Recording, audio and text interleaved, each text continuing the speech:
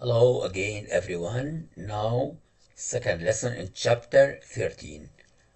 I will read the text again, then I will read the questions and explain them. You will be given enough time to write your answers on your notebooks. Let's start.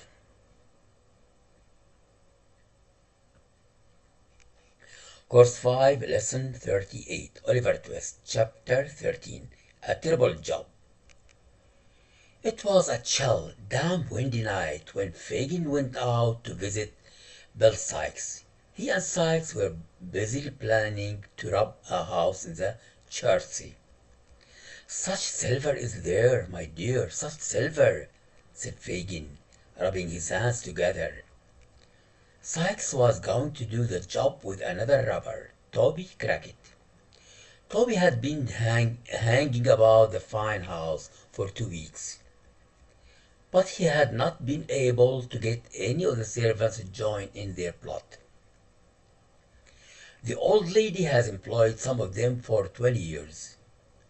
If you were to give them £500, they wouldn't be on it. They wouldn't be in on it. Sykes complained. How could they get in without a servant's help?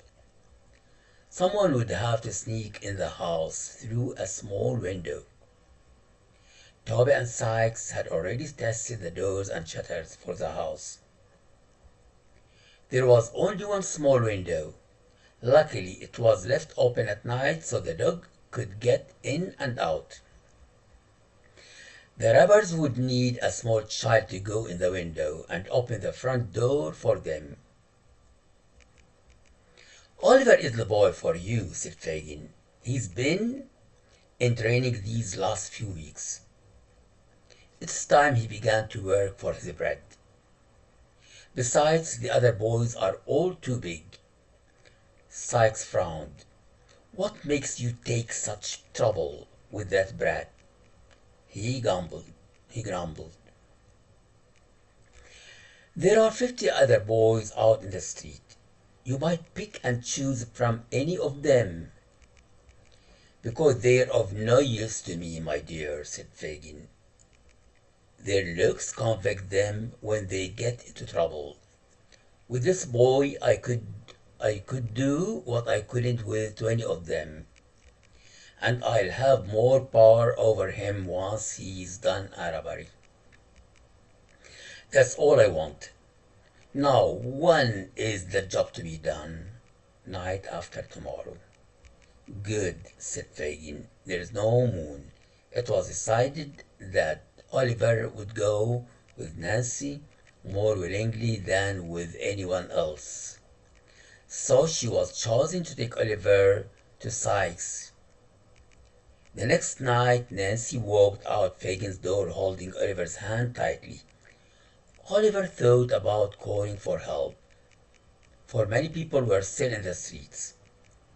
But it was as if Nancy could read his thoughts. You can't help yourself, she said. If you are ever to get loose from here, this is not the time. I have promised that you'll be silent. If you are not, you'll be hurt, and so will I. It could even mean my death. See here, this is what I got for sticking up for you. She showed him some reddish bruises on her neck and arms. Remember this, Oliver, and don't let me suffer more for you. If I could help you, I would, but I cannot. Just remember one thing, whatever they make you do, it's no fault of yours. When they reached Bill Sykes, the man loaded his gun in front of Oliver. Then he touched the cold metal to the boy's head.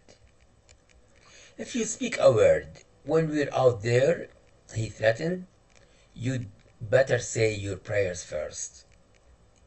It was a cheerless morning when Bill Sykes and Oliver set out. The boy had no idea where they were going or what would happen. He didn't dare to ask. The trip was a long one. except for a ride in a cart. They walked all the way. It was dark night when they reached the place where Toby Crackit was staying, a ruined, decayed house by the river. After the men had a nap, they set out, taking Oliver with them. By then it was 1:30 in the morning, intensely dark, foggy, and very cold. The church bell struck 2 as they reached Chertsey. They walked to a grand house with a wall around it. It stood a little apart from the rest. Before Oliver had time to look around, Sykes caught him under the arms. 3 or 4 seconds later, Oliver and Toby were lying in the grass on the other side of the wall.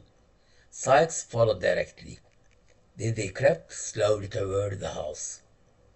Now, for the first time, Oliver could see what the men had on their minds. It was robbery, perhaps even murder. He sank to his knees, full of fear and horror. "Get up," muttered Sykes, taking his gun from his pocket. "Get up, boy, or I blow your brains all over the grass." "Let me go," cried Oliver. "Let me run away. I promise I'll never come near London again." Toby grabbed the gun from Bill Sykes, then putting his hand tightly over Oliver's mouth, Toby dragged him to the house. "Cut it out, Bill," cried Toby. "You can't shoot him here. But hear me, boy. Say one more word, and I'll crack you on the head." Bill get the shutter open.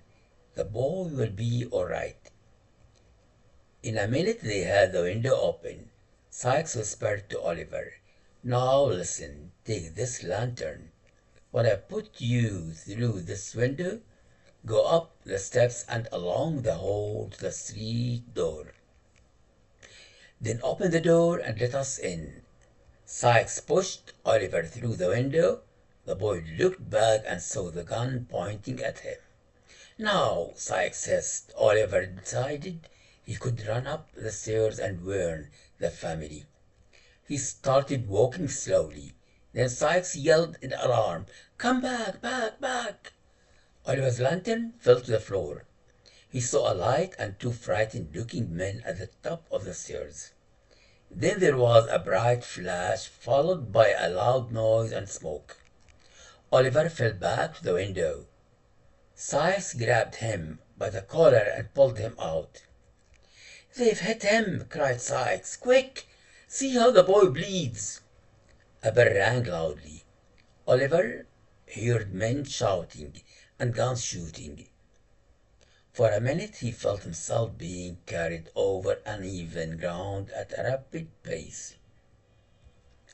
Then a deadly cold feeling gripped the boy's heart, and he saw and heard no more. Now let's go to the questions. A. Reading comprehension questions, matching headings. 1. Fagin convinces Sykes to use Oliver. Fagin convinces Sykes to use Oliver. 2. Nancy warns Oliver about the danger. Nancy warns Oliver about the danger. 3. The failed robbery attempt. The failed robbery attempt.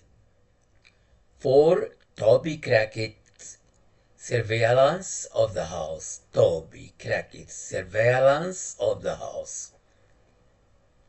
5. Oliver threatened with a gun. Oliver threatened with a gun. Now look at the paragraph, because you are going to matching the headings with the paragraphs. A paragraph. A paragraph. B paragraph. So paragraph A, paragraph B, C paragraph, paragraph C, D paragraph, paragraph D, E paragraph, paragraph E. Okay? Don't forget the headings in the paragraph. Paragraph A, paragraph B, paragraph C, paragraph D, paragraph E. Or you can go to the numbers. A number 1, B number 2, C number 3, D number 4, E number 5. Now B, true, false, not given. Number 1, the servants in the house were willing to hold the robbers. The servants in the house were willing to hold the robbers. 2. Nancy showed Oliver her bruises to make him silent. Nancy showed Oliver her bruises to make him silent. 3. Oliver opened the front door for the robbers successfully. Oliver opened the front door for the robbers successfully. 4. Toby Crackit lived in a fine new house by the river. Toby Crackit lived in a fine new house by the river. C. Multiple choice. 5. Why did Fagin prefer Oliver over their boys? Why did Fagin prefer Oliver over other boys? A. He was stronger. B. His appearance made him less suspicious.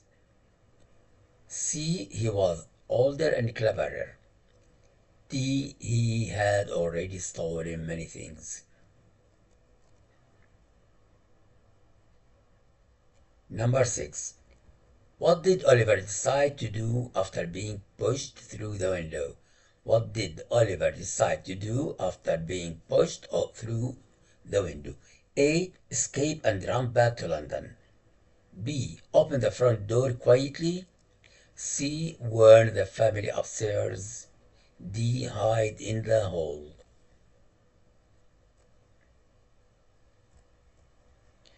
D. Short answer questions. 7. What was Bill Sykes' threat to make Oliver obey? What was Bill Sykes' threat to make Oliver obeys? 2. What time was it when the men reached Chertsey? What time was it when the men reached Chertsey? 9. How did Oliver get injured? How did Oliver get injured? Now E. Vocabulary in context. Match the word with the correct meaning. 10. Shutter, shutter. 11. Bruise, bruise. 12. Lantern, lantern. Here we have the meanings. A is a device that holds a light source, often enclosed in a protective casing, and can be used for illumination. B is a device that controls the amount of light that enters a camera, lens, or other optical instrument.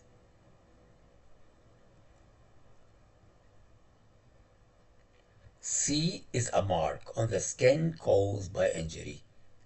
Is a mark on the skin caused by injury. Thanks a lot for today.